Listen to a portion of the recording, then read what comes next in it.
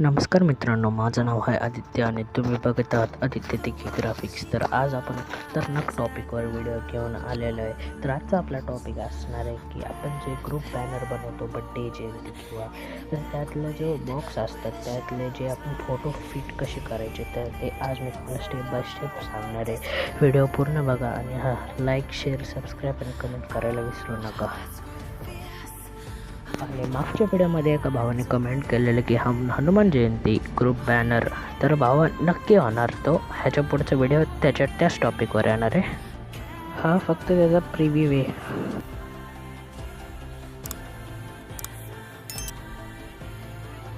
तर आपण होम स्क्रीनवरती आलेलो आहे. पिक्सार्टमध्ये जायचं आहे. पिक्सार्टमध्ये गेल्यानंतर तुम्हाला बॅकग्राऊंड्सवरती क्लिक करायचं आहे. बॅकग्राऊंड्सवरती क्लिक केल्यानंतर इथून ट्रान्सपरंट इमेज सिलेक्ट करायची आहे.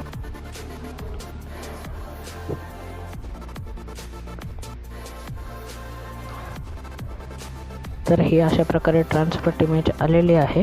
मग थोडंसं स्क्रोल करायचं आहे. सॉरी मित्रांनो, जरा थोडं स्क्रोल करून इथे एक शेप नावाचं ऑप्शन येतं.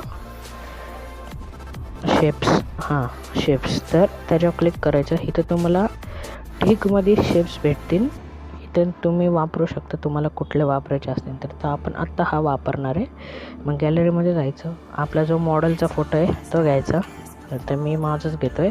मग त्याला थोडंसं सेट करून घ्यायचं एकदम असं बरोबर. मग त्याची जी ऑपेसिटी असते, तर खाली ऑपेसिटी दिली आहे ती कमी करायची. कमी केली म्हणजे त्याचे कॉर्नर्स दिसले पाहिजेत अशा प्रकारे. तर मग इरेझरची तुम्ही सेटिंग करा. मग इथून असं हे करून घ्यायचे, जे कॉर्नर आहे त्याच्याबरोबर चिकटून एकदम असं प्रॉपरमध्ये फिनिशिंग करून घ्यायचं आहे. तर मी एक वेल डिझायनर्ड आहे म्हणून मला सवय आहे याची. तर तुम्हाला नीट लक्ष देऊन हे करावं लागणार, कारण की थोडं जरी तुमचं हल्लं तरी मग तुमचा अख्खा फोटो जाऊ शकतो. तर मी हे लवकर करून घेतो.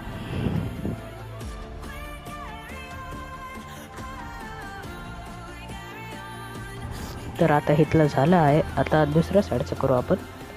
इथेही त्याच प्रकारे करायचं आहे आपल्याला.